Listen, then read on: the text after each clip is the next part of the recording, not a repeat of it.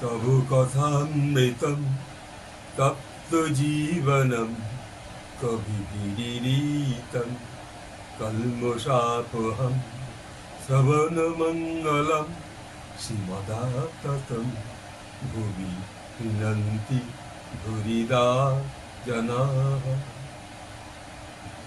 আমাদের এই কয়েক মুহূর্ত, মাত্র কয়েক মিনিট, এই যে আমরা শ্রীরামকৃষ্ণের সেই শ্রীমুখের বাণী কথামৃত, এই অমৃতময় বাণীর মধ্যে যখন আমরা প্রবেশ করব, তখন আমাদের চাই মনের নির্জনতা, জ্ঞানের নির্জনতা, ভাবনার নির্জনতা।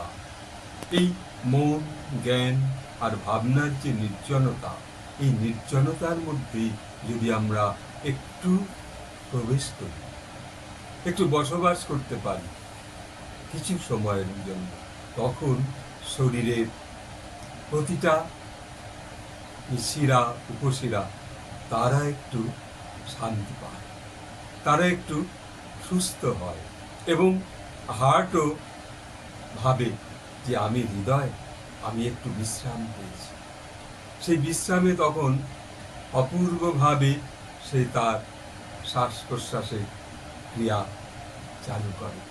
তখন মনে হয় যেন এক জীবনের এক মুহূর্ত পেয়েছে আমার এই দেহ, এই দেহের যে প্রকাশ, এই দেহের যে ভাবনা, এই দেহের যে শক্তি, তা তখন আমাদের অন্তরে এসে পৌঁছায়। আমরা এগিয়ে যাই এখন সেই নির্জনতার মধ্যে। যারা এখন বয়স্ক, তারা অনেকে সমাজের দুরবস্থার মধ্যে, সংসারের ভাবনার মধ্য থেকে সরে কেউ বা চলে গেছেন বৃদ্ধাশ্রমে। কিন্তু সেই বৃদ্ধাশ্রমে গিয়েও সেই ঠাকুরের নির্জনতায় যদি আমরা প্রবেশ করতে পারি, তাহলে মনে হবে যে আমরা তার আশ্রমে এসে পৌঁছেছি। এটা বৃদ্ধাশ্রম নয়, এটা বৃদ্ধ বয়সে এক নির্জন আনন্দে থাকবার আশ্রম। আর যারা খুঁজে নিতে পেরেছেন এই আপন গৃহের মধ্যে, তারা তখন ভাববেন যে আমরা এই গৃহের মধ্যেই ঠাকুরকে পেয়েছি। তাই শ্রীরামকৃষ্ণদেব তার শ্রীমুখে বলছেন যে মানুষ তাকে ডাকবার আগে তিনি এগিয়ে আসেন। কি অপূর্ব ঠাকুরের সেই সত্য প্রকাশ, যে মানুষ তাকে ডাকবার আগে তিনি এগিয়ে আসেন। মানুষ যদি এক পা এগোয়, তিনি 10 পা এগিয়ে আসেন। তার চেয়ে আপনার জন আর কেউ নেই। এই যে কেউ নেই, একমাত্র তিনি আর আপনি।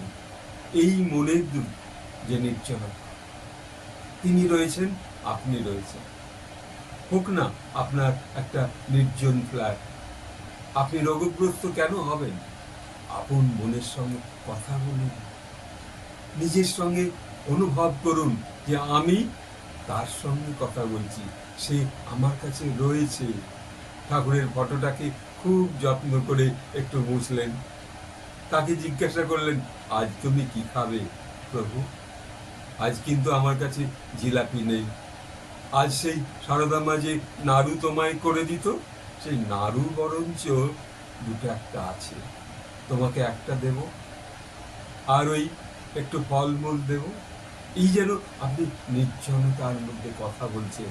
তখন যদি আপনার সন্তান পাশের ঘর থেকে এসে দেখে আমার মা কি বলছে, কার সাথে কথা বলছে, তখন তারও ইচ্ছে হবে যে মা এইরকম নির্জনে ঠাকুরের সঙ্গে কথা বলতে। যেমন শ্রীরামকৃষ্ণদেব সকলকে বলতেন সেই দক্ষিণেশ্বরে, তোমরা বাবু এবার একটু এই আশ্রম থেকে বাড়ির দিকে রওনা হও, আমি আর মায়ে পয়ে একটু কথা বলি। সেই যে পাষাণ মূর্তির সঙ্গে তিনি কথা বললেন। আজ দক্ষিণেশ্বরে গেলে সেই দেবী ভবতারিণীর দিকে চেয়ে যখন আমরা প্রণাম করি, তখন মনে হয় ঠাকুর আমাদের দেখছে, আমি তাকে তাদের দেখছি। ঠাকুর দেখছেন আমাদের সকলকে, কিন্তু সেই ভবতারিণী যেন আজও শ্রীরামকৃষ্ণের ভক্তকে খুঁজে বার করছে সেই তার দৃষ্টি থেকে। দেবী ভবতারিণী আমার দিকে তাকাচ্ছে, আমি তার দিকে তাকাচ্ছি।